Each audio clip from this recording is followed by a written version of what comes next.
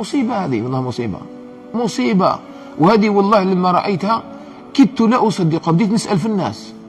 رأيت في بعض البلاد، رأيت في بعض البلاد اللي طلبنا فيها العلم وشفنا هكذا شوية الناس وعاشرناهم، رأيت شيئا إن شاء الله ما نشوفوش في بلادنا هنا، ما نشوفوش في بلادنا وما نشوفوش إن شاء الله في بلاد المسلمين كامل. رأيت بعض الفئة من الناس في مسجد، ماشي مسجد واحد، مساجد بزاف، كاين طبقة من الناس يديروا لهم كراسي فخمة في مكان معين في المسجد، ومستثين هذوك الكراسي خاصين بمن؟ برجال الأعمال، خاصين هذه الكراسي خاصين برجال الأعمال.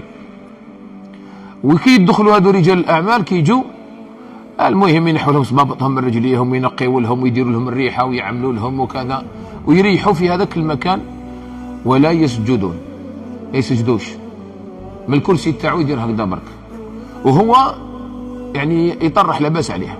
ما نتكلموش على الإنسان المريض باش ما نتهموش الناس، ما نتكلموش حتى ولو كان رجل أعمال مريض ولا فقير مريض، كيف عند ربي سبحانه وتعالى.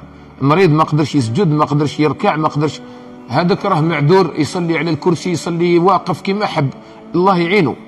رانا نتكلموا هذيك الفئة، هذيك الفئة. أنا تعجبت لما سألت الناس، قالوا لي هذو ناس معينين وهما اللي بنوا المساجد هذه وهما اللي مولوها وهما اللي يمدوا المحسنين والناس كامل لا تعرفهم وعندهم أموال وكذا، وهذوك الناس لا باس عليهم، كي شفتهم يصليوا لا باس عليهم، بصحتهم لا باس عليهم. قالوا لي هذو ما يحبوش يسجدوا، ما باش يهبط راسه وبدا يحطوا مع في وسط المسلمين، ويجي واحد فقير منا، واحد فقير منا، واحد فايح بالعرق، واحد كان ينقي برا في الزنقه، ولا كان يخدم في النظافه، ولا كان يخدم ما بالك ربما في المجاري تاع المياه، ويجي يلصق فيه ولا يخدم في الصبيغه ولا ما يلصقش فيه. هذا على ربي سبحانه وتعالى دار لنا الصلاه هذه باش نولوا كامل سواسيه، باش كي توقف انت بمالك وبجاهك وبصحتك تعرف روحك باللي انت انسان ضعيف ما تسوى والو. اول حاجه افتتحت بها الصلاه قلت الله اكبر، ما عندك حتى علاقه بالكبر انت، الاكبر من هو؟ الله. فلذلك الان هذا الكبر والعياذ بالله يسري في الناس حتى في الصلاه، لانه علاش هو يصلي باش تعرف حاجه كبيره يصلي وخلاص، ولكن لا يسجد.